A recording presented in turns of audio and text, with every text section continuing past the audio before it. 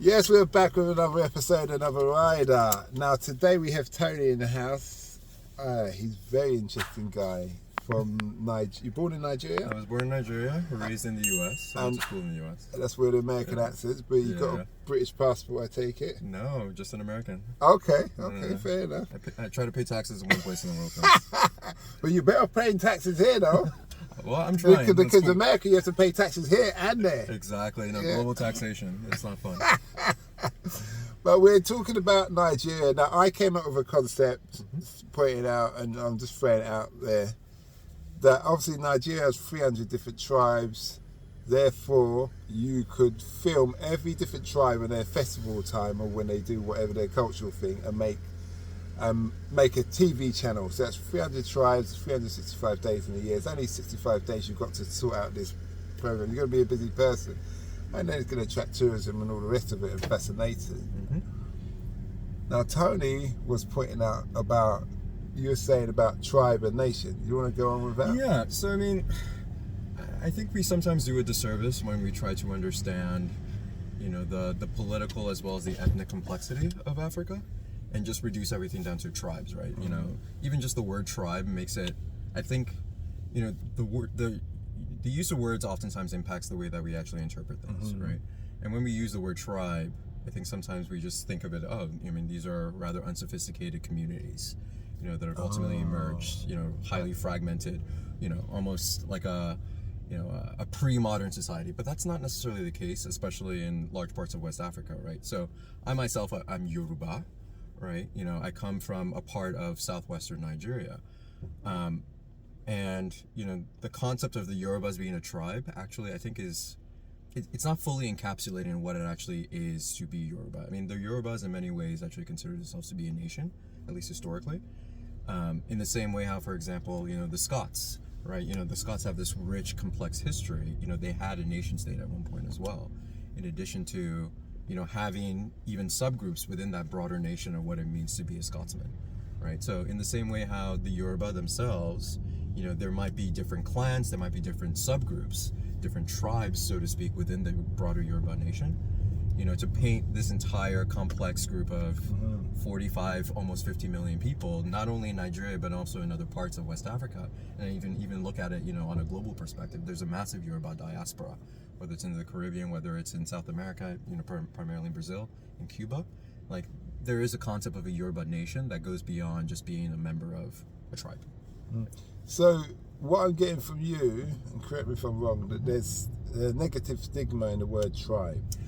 I think there can be. I mean, I think words have power, right? And we need to be very intentional about the words that we use to describe things. Yes, I mean, look, I think there are plenty of people, there are plenty of Nigerians, there are plenty of Yoruba people themselves who have no problem just saying, yeah, we're a tribe. But my perspective is that actually, it doesn't fully capture what it actually is and what it means to be Yoruba. Okay, that's interesting because as someone who's Caribbean, I see there's a prestige in having a tribe because we've never had it since for the last 300-400 years. And so I understand what you're saying, but to me, I just look at it like that means you have a history. That means you have a culture that is your own and there's a lot to offer and stuff. But just moving on slightly, what do you think of the idea? Do you think the idea of the channel of promoting each nation within Nigeria is a good idea? I think that's a brilliant idea. I mean, I think we need to be more, comfortable with actually celebrating, the ethnic and cultural diversity, right? In the same way how every single clan of Scotsmen have their own tartans, right? And they celebrate, the rich familial, cultural, sometimes even, tribal, heritage that they have, right? I mean, you see this across, different parts of the world, right? There is, there's something to be proud of. I mean, there's a rich history and legacy that you can ultimately celebrate. So I understand in large parts of Africa, right, because you have, the potential for, I think I remember back to my university days, the concept of political entrepreneurs, right? Individuals who are looking for, schisms within society that they could potentially exploit in order to gain, some kind of power. I mean, there's always a risk when you ultimately are in a multi-ethnic, multicultural, multinational environment, to have individuals who want to exploit differences. Yeah, divide and conquer, like politicians. Exactly. But, you know, at the same time, I think for as long as we have, you know, the understanding that, you know, you can celebrate differences while ultimately, you know, recognizing that by celebrating differences does not necessarily mean that you're putting down someone else.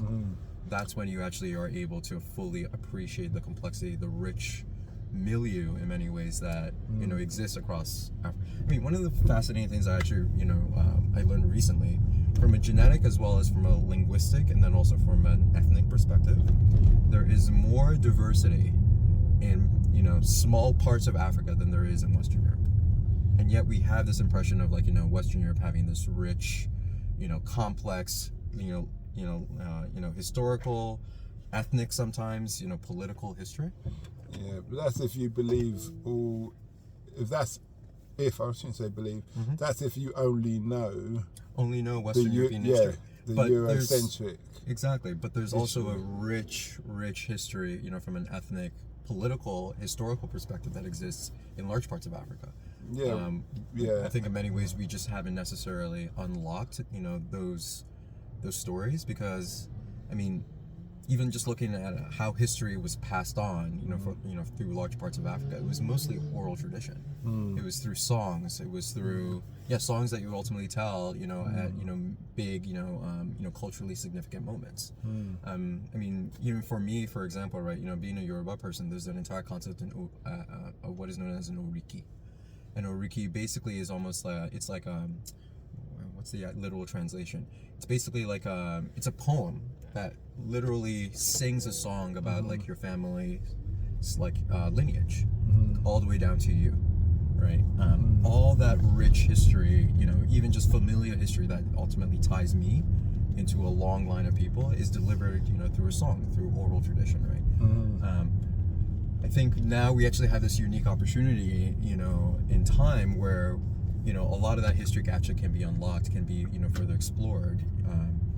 Whether it's comparing people's different orikis to see where the similarities within, those family lineages, right? It's almost like you're adding one new line, one new stanza to a poem every single time someone is born, right? You speak of people being comfortable. Now, we know Nigeria has their problems, like many countries have their problems throughout the world when it comes to different tribes or clans of people. How do you think Nigeria will get to that point where they're comfortable being different within, but yet being one? That's a good question. I don't think any country really on the planet has really figured that out. I mean, look at the United States. The United States is also a multi-ethnic country. India, a multi-ethnic country. I don't think anyone's really successfully done it yet, but I do think, though, that the responsibility really lies on the people, especially within democratic societies, to see, politicians for what they're actually doing, which is exploiting differences, in order to conquer, right? Once we actually wake up and actually see... Oh, that's a king. Yeah. Well, it's his that's sister. not the prime minister. No, it's his sister. Oh, how can you tell? I just saw her. Oh, yeah? I see them. I'm always around there. Sorry, guys. I see her powerful. We just saw the Queen. It's it's one of the royals anyway. Royal family members. Yeah, the one who said about slavery. We should get over it. Oh boy. That's Maybe a good transition point. I should have driven the car into her. But I mean, so just to touch on that point, right? The only way we can get over it is if we, almost like if we inoculate ourselves, to being exploited by others, right? To recognize that, like, you and I can ultimately be fundamentally different, backgrounds, histories, whatever, but we can still have this shared conversation, and find moments of commonality, right? You can both respect the differences while also having, we have a shared interest, we have a shared... How do we get to that point? I don't know. If I knew, maybe, Okay. Because as a Pan-Africanism person, it occurred to me the other day that we always talk about black unity, but when you live in Africa, it's not about black, it's about, depending on the part you live. Yeah. See, if South Africa, they're kind of different. Yeah. and North Africa's a different kettle of fish as well. But within the Sub-Sahara, minus South Africa, it's more always about tribe. Most of the countries. So how are we going to fit in and come together? I think if we're having trouble with the tribes. Well, I think the issue is that we need to be more intentional about who we're ultimately promoting as our leaders within these societies, right? It's far too easy for us to ultimately say, I'm going to back that guy because he's part of my he's part of my group, right? As opposed to saying, I'm going to back that guy because he's ultimately going to govern in the interest of everybody, right? And until politically, the political conversation within these countries changes, where you're really selecting individuals and selecting leaders, especially in democratic societies, to govern for the interest of all, not just for my narrow group of people. That's when you can actually start, having, first of all, within, multi-ethnic countries, a shared national identity, and then from there, actually even having more of a Pan-African identity. And ultimately, I think what you're hinting at is, is there Is it realistic? I think it is. I think it can happen. But again, sometimes we just take the path of least resistance when it comes to, protecting our own individual self-interest when it comes to election time. We don't necessarily, we think, well, what is best for me, as opposed to what is best for my entire community, what is best for this entire nation.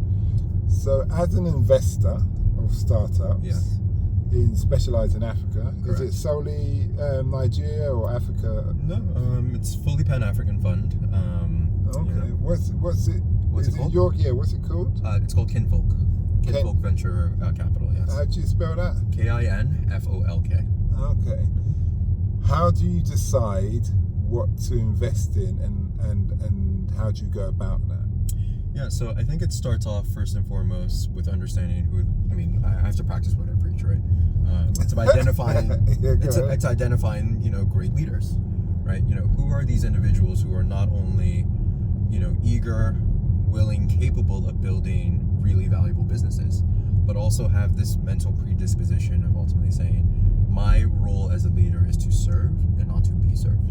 My role as a leader is to bring people together, not necessarily just divide and find one narrow base to actually help me stay in control or whatever, right? So identifying individuals who fundamentally have that servant leadership mentality in, I want to build a business, I want to ultimately be wealthy while doing this, but simultaneously I want to actually use this platform, whatever service, whatever product I'm ultimately putting out to market, to serve other people, to first and foremost serve my customers, from there, serve a community, serve my employees as well. You always want to have individuals who have that mindset of, the most valuable asset within my company are my people, right? Not, capital is sitting in a bank account, not my brand or whatever. It's fundamentally the people that I work with day in, day out to build, and put a product or service out to market. People who have that predisposition, once you find those individuals, and believe me, they are rare, those are the types of people that you need to throw every single last dollar and essentially provide them with enough resources in order for them to execute on whatever they think their specific theory of change is, for whatever market failure that they're ultimately looking to fill, across the continent. And believe me, there's no shortage of problems across the continent that especially technology can help to begin to solve. But without actually having individuals who have that mentality of, my role to build this company is to serve my customers, to serve my employees, you're going to be backing individuals who unfortunately might actually be, exacerbating those problems based on the ways that they're building businesses, based on the way that they're treating their customers, based on the way that they're treating their employees, right? So identifying, those leaders is key.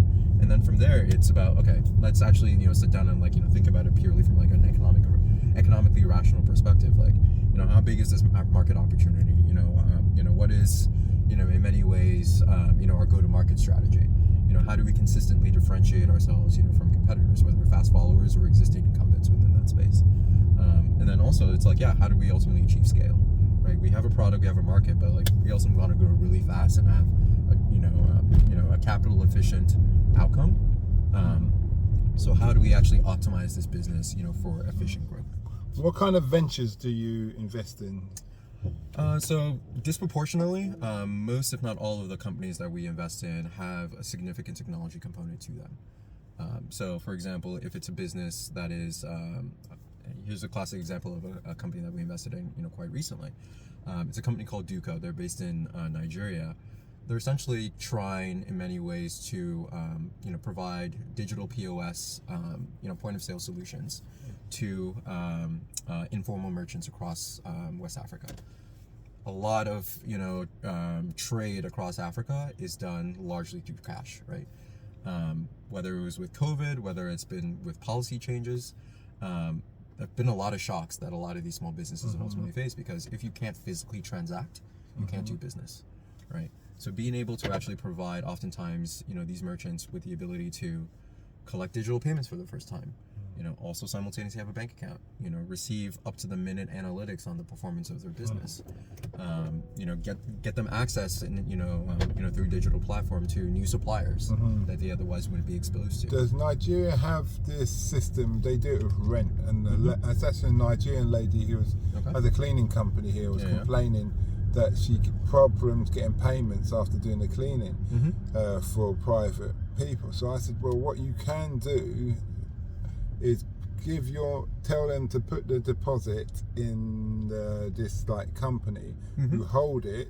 Oh, like an escrow service. Yeah, once you've done the job, they release it. Now they may say you haven't done the job, and then that server will ask for evidence, and you will provide evidence that you were there and you did do it, and then and they will release it depending on that. In that basis, does Nigeria have something like that? Does that probably help them? Yeah, so I think you bring up a really good point in that, in a lot of parts of not even just Nigeria or Africa, but globally, there are issues of trust that ultimately prevent people from being able to transact, right? And this is where technology perhaps can actually help to solve those problems. I mean, I jumped into this Uber. I've never met you before, but there's an implicit trust that I think the technologies ultimately enable us to actually do this transaction. The app already has my credit card. In that the moment I step in, you're going to get paid. I also simultaneously know that this platform has done a good job of obviously screening you, knowing that you and I are ultimately going to get where we actually want to go, safely, right? I think yes, we can begin to develop those systems of trust using technology. So yeah, whether it's even if it's just providing an escrow, or if it's building something akin to an Uber, where you have a pre-vetted group of individuals. You also have the customer, payment instructions, and once that job is completed, yes, I pull up my app and I say, yeah, this was completed, 5 stars, the payment is ultimately done, that sort of thing. So I don't think we need to see it as it's just a tiny little point solution that we need to solve. I think it's about holistically understanding those specific markets. Where are those points of failure in terms of where trust or the lack of trust exists, and how can we actually build products, whether it's even just simply thinking through in many ways the the steps you need to take before you can validate that a particular thing or a particular transaction was completed, and reinforcing that through the way that you actually optimize. It's basically process design layered with technology layered on top of it. You have a very technical mind for the understanding of the whole business process to set up, which obviously you would need to if you're going to have a startup company that helps startups. Yeah. What school did you go to in America that you learnt that? And did you go to an international school when you was in Nigeria? So when I was in Nigeria, I mean, I left Nigeria when I was about 8 years old. Okay. So I mean, yes, I was fortunate enough to go to a school in Nigeria that had more of an international outlook. But so I mean, I went to school at Harvard University as an undergrad. I also went there for business school. So I mean, that ends up being just an incredible platform, an incredible environment. To be surrounded by individuals who are not only highly educated but also just incredibly ambitious. Yeah. From all over the world, right? So you've got the spoiled rich kids, but in the same time you've got the best of the best. Something like that. Yeah. Okay. But yeah, I mean, but I think one of the unique things, well, at least I think I was fortunate enough to at least capture this. There's this incredible I mean, it's probably looks, kind of pedantic in comparison to, some of the beautiful, Georgian architecture that exists here in the UK. But there's this beautiful arched gate at one of the gates into Harvard Yard, and on the front of it, it says, enter to grow in wisdom. And on the back of it, it says, depart, to serve, that nation and that kind. Mm-hmm. And every single morning, a good chunk of the student population walks through those archways, and you're just constantly seeing that enter to grow into wisdom. And then, on your very last day, when you're also graduating from school, that's one of the archways that you walk underneath. Okay. But, I think, an institution like Harvard, I think in many ways, Harvard prides itself on ultimately being an institution that, educates and grows leaders. And I think one thing that they also do really well is to constantly reinforce, what I actually hinted at the start, which is you want to be growing leaders who are not necessarily out there to serve themselves, but to serve others. Right. And I think I was incredibly privileged and incredibly lucky to be able to be in an environment that, like, in many ways, like, forced me to constantly remember that. And it's dramatically influenced, like, the way my outlook on life, what I do, professionally, but then also, just the way that I relate to people as well. A question that always comes to me from people is how did I deal with the corruption element when I was living in Kenya doing business? Now, I will admit there's corruption everywhere. So I'm not saying it like singling Nigeria out, but obviously you're doing startup business all the time in Nigeria. How do you navigate those things? I mean, you have to navigate it with your eyes wide open. I mean, first and foremost. I mean, you can't just close your eyes and say, like, well, yes, there's corruption, but I'm ultimately not going to confront it.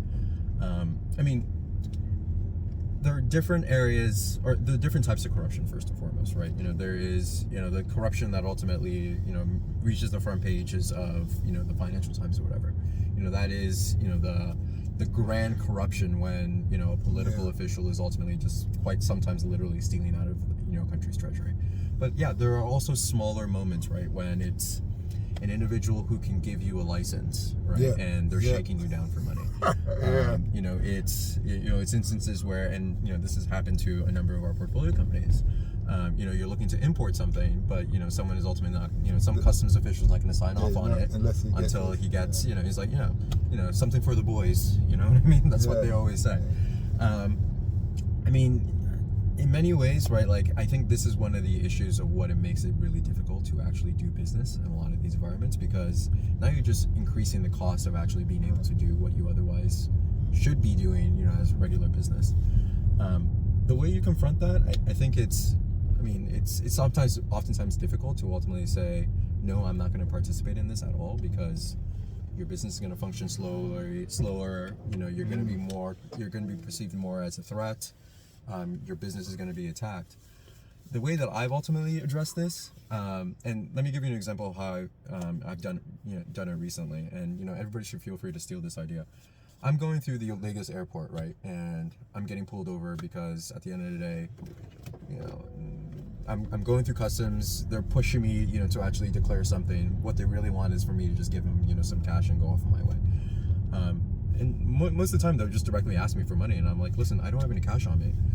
But yeah, I'm willing to pay you. Why don't you give me your bank account information? I'll do a direct debit transfer. And of course, people are never going to say yes to that, because the one thing that every single corrupt official doesn't want is a paper trail. But the more and more that we can actually push more of these transactions. And how does that work? So when they don't say yes, so what do they say? What becomes of that? Well, when I say that, they're like, just go. I mean, if someone's brazen enough to actually accept that, then I have a paper trail, which then I can ultimately use and actually get my money back. This is where I will say Kenya's more corrupt than Nigeria. And for you Kenyan people, I'm sorry, I'm only talking from experience. As I always say, don't shoot the person who had an experience. It's an experience. I know that there's local officials who said, we're not approving a school to get the permission. It's been built already. We're not giving you the necessary paperwork until you pay us some money.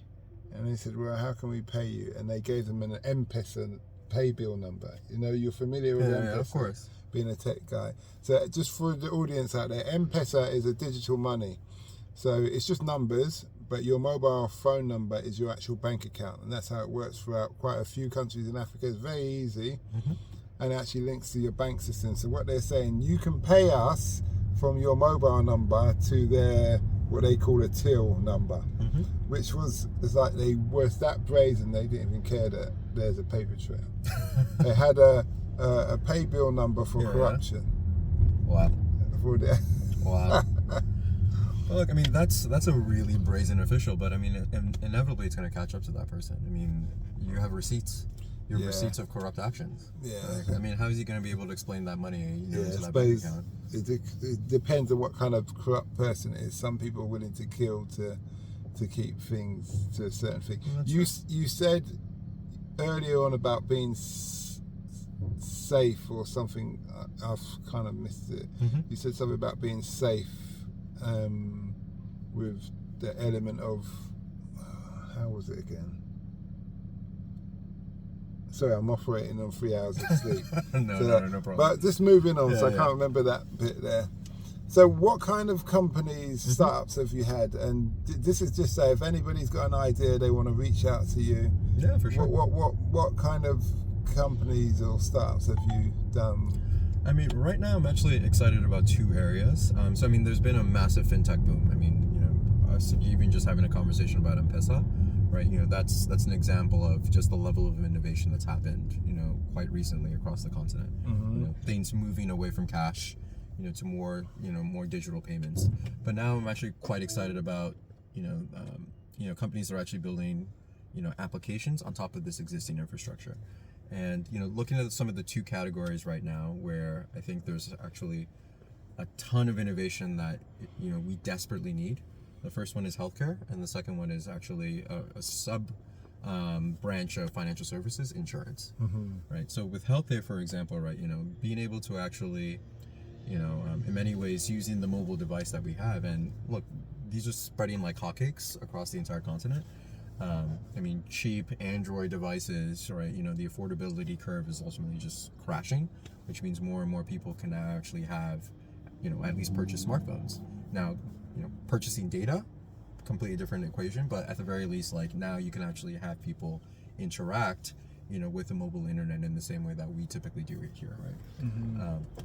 So, you know, the unique opportunity to start delivering interesting things related to telemedicine, you know, e-pharmacies, you know, basically bringing primary care as close as possible to individuals, especially rural communities, is actually an area that I'm quite excited about. There's a business called Mobicure that I'm getting quite excited about, you know, making an investment here. Long and short, I mean, anytime people, or at least some Westerners, talk about Africa, you know, the number one concern that an individual seems to have is, goodness, like, you know, we're having population explosions, you know, across the entire continent. Well, that's a good thing, though. It's a good thing, but potentially it's a bad thing, right? Like, why? Well, because if you have uncontrolled population growth, right, it's going to make it much harder for government to be able to provide resources. You know, I mean, in what sense? Well, quality education, quality healthcare, you know, infrastructure in the form of water, you know, you know, sanitation, etc. Right? You know what? I mean, it was the same fear that happened here in Victorian England, you know, under, you know, Prince Albert and, you know, Queen Victoria. I mean, there were slums, you know, in, you know, large parts of, you know, the industrializing nation that was England at the time. Yeah, but remember this, in those periods, the poor wasn't taxed the way they are today. Sure. So obviously, I say we are the working class. I wouldn't put you in that bracket of the poor. And so they're getting taxed. So the government has a right to put infrastructure and things down. Now, if the government in various, whether it's Nigeria or Kenya, for instance, is doing their job, correct, which is just basic. Remember, they're not giving away free healthcare. All they're doing is infrastructure. So they're doing sanitation, water, electricity, and roads. That is it. If they're doing those basic things, which shouldn't be a problem, because if you have a booming population, you have a young, agile, strong people who can do manual labour and lay the road for you. Do you understand? And then from that, so which I saw in Kenya, everything, just people start building their own shops, doing their own things, becoming very creative, helping themselves, things go. So I don't see the population issue as a thing. What I do see is the infrastructure, because like in Mombasa, there's a high population of children and people who die from waterborne diseases, which could be avoided if the government did its job. Yes. Do you see what I mean? I completely agree with you.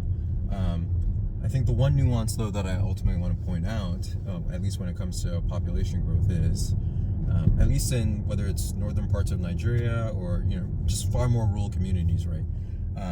People oftentimes don't have as much of an opportunity to invest in their own human capital and human development, because you're 16 years old, 17 years old, and you have a new child, right?